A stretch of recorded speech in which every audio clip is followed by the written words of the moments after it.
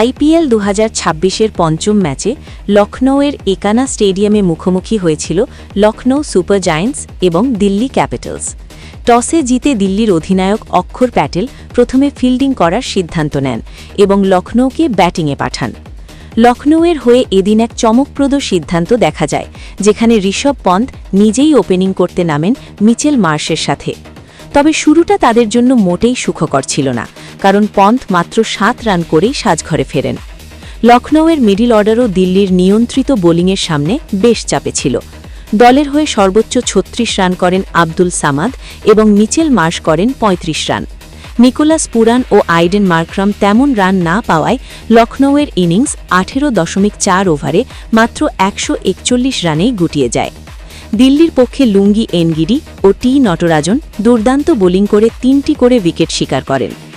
142 রানের সহজ লক্ষ্য তাড়া করতে নেমে দিল্লির শুরুটাও বেশ নাটকীয় ছিল।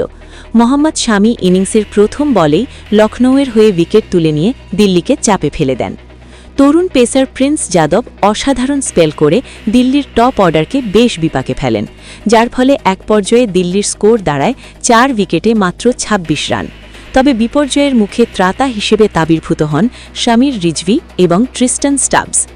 এই দুই ব্যাটার মিলে অবিচ্ছিন্ন 119 রানের একটি দুর্দান্ত পার্টনারশিপ গড়েন, যা লখনৌয়ের হাত থেকে ম্যাচটি ছিনিয়ে নেয়। শামির রিজভি 47 বলে 70 রানের একটি বিধ্বংসী ইনিংস খেলেন, যেখানে 5টি 4 ও 4টি ছক্কা ছিল। অন্যদিকে স্টাবস 39 রানে অপরাজিত থেকে তাকে যোগ্য সঙ্গী দেন।